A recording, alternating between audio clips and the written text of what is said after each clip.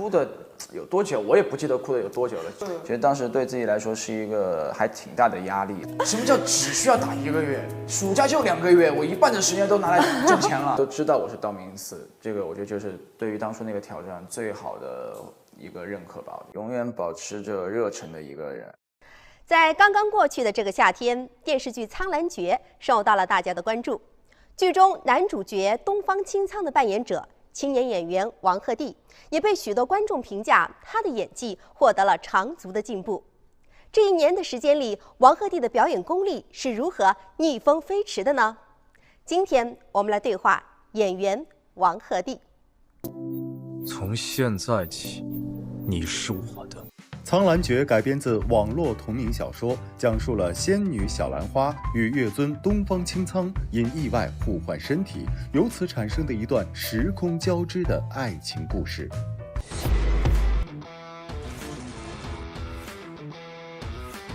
王鹤棣在剧中扮演的月族月尊，原本是一个冷酷的角色，机缘巧合之下被仙女小兰花所救，更互换灵魂，从而引发了一系列让人忍俊不禁的情节。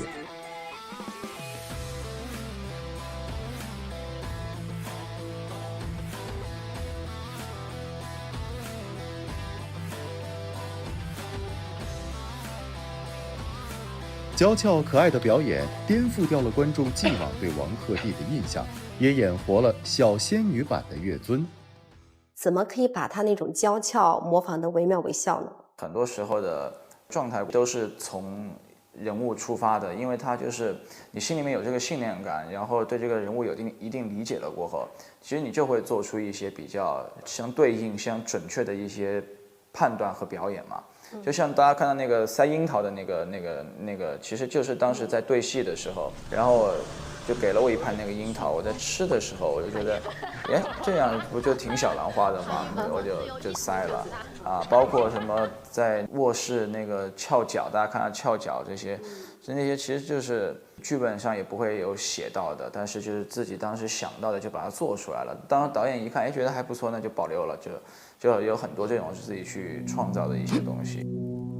除了在剧中扮演小仙女，王鹤棣在情感戏方面的演绎也可圈可点。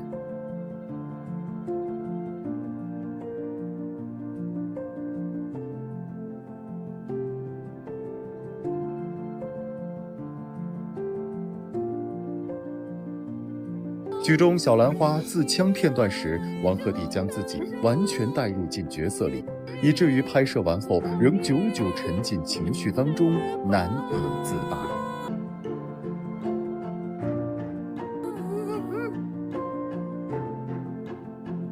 我觉得那一刻就是我就是东方青苍。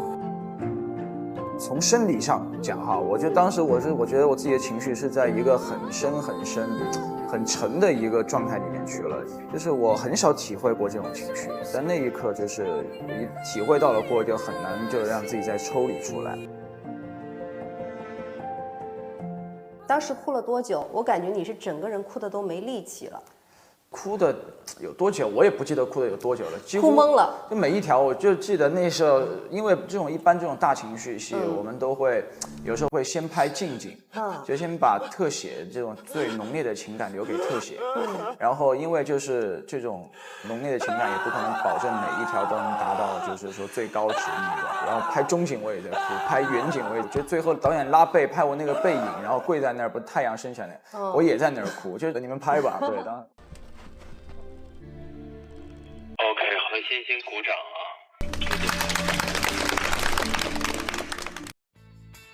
啊！全情投入的演绎换来了观众的点赞好评，但其实，在《苍兰诀》拍摄期间，当时他的另一部古装作品《玉龙》正好上线，在剧中扮演男1号龙王。对于他的演绎，部分观众认为眼神空洞，属于面瘫演技，发出否定和争议的声音。年轻的王鹤棣也因此遭遇到了此前没有经历过的压力。确实是在玉龙播出的时候，然后正在拍摄《苍兰诀》，当时就是我也自己回去看，就是大家对这个戏对我自己的表现的一些评价和大家的一些批评或者是一些这样的声音吧。其实当时对自己来说是一个还挺大的压力的。那些东西，我觉得其实都是对我来说，是对于我当时加持在东方青苍身上的一些动力。就是如果当时可能我没有这些声音，没有这些，可能我也就是不会去关注到这些问题。满招损，谦受益嘛。就是我发现，其实你在拍摄的过程当中啊，这一部戏拍到一半的时候，其实导演是在微博上力挺你的。对，就是他发这个微博的时候，其实当时对我来说是一个特别大的鼓励和动力。但是对于当时的我来说，我好像没有什么立场再去他的微博下面去表达一个什么东西。憋着一股劲儿的王鹤棣更加专注地投入到了《苍兰诀》的拍摄中。为了演好这部剧，他几乎每拍完一场戏都会盯着屏幕看回放，保持跟导演及时的沟通交流，以确认角色的完成度是否达到了标准。我甚至看到你看回放的时候，你的表情还竖着眉头，这样在演，对你整个就是那个状态没有出来的。对，我自己看那个，但我真不知道，在我没你看不知道你那个时候时候是这样的状态。对，我自己看自己也是一个挺惊到我自己的，就当时确实就是还在跟着那个回放里面在演。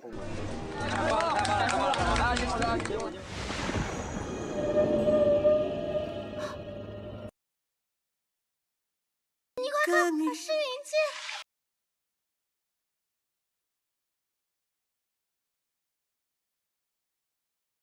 1年后，《苍兰诀》播出，火爆全网。王鹤棣用出色的演技击碎了曾经受到争议。电视剧大结局那天，他写下这样一段对导演的回复：等了很久，今天终于可以说，没有辜负你的信任，没有辜负支持我的大家。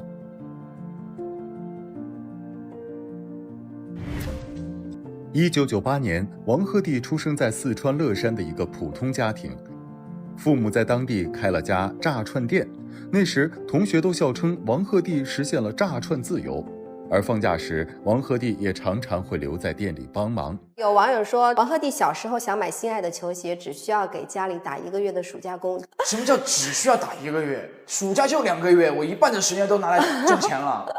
在那个店里面工作，其实能锻炼到自己，知道一些家里面干活的就是这些辛苦啊，还有对这个钱的概念会更加清晰多，而且会能够接触到各式各样的顾客，对为人处事啊，还有这种，其实都是一个锻炼。但是确实牺牲的就是我的暑假时间嘛，小伙伴们都在玩，对，小伙伴们也会羡慕你吃东西可以免费啊。他们一点不羡慕我，他们天天在我面前就是让我就显摆，他们都去打球，我只能在店上干活啊。篮球刚刚交到老弟手中，又是轻松的上篮2分命中，对，直接进篮。从小就懂得生活运动员，直接出手3分。一样的精神意志，对篮球教会我很多，它会带给我一种态度。热爱篮球的人身上或多或少都是会有一些伤病伴随着，就是他的。所以，就我觉得打球的人都是有一股韧劲儿在的。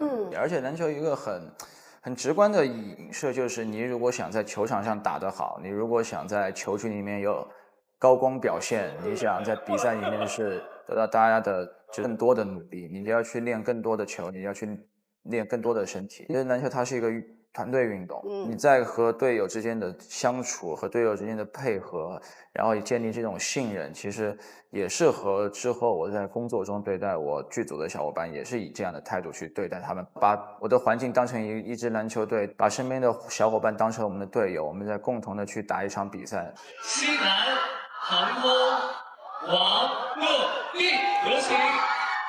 2016年，王鹤棣参加首届四川校园红人盛典，获得年度总冠军。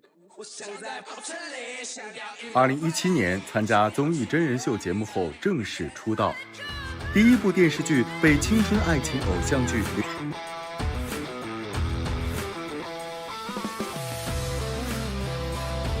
又是你们！对不起，我不是故意的。道歉有用的话，要警察干嘛？我自己回去看我自己18岁，19岁的时候完成了一个角色，完成了一个而且是600多场戏的一个角色。我觉得这是一个就是挺棒的事儿了，就是大家都知道我是道明寺，这个我觉得就是对于当初那个挑战最好的一个认可吧，我觉得是。对比道明寺跟现在来看啊，你觉得自己的进步在哪些方面？我觉得自己就是成熟了一些，确实也比以前大个4、5岁了，在演戏上、作品上积累量也比以前多了，表演、演戏对角色的认知程度也会深一些了吧。我觉得这是一个很正常的蜕变过程吧，就是证明我自己一直在向前，我觉得这样是挺好的。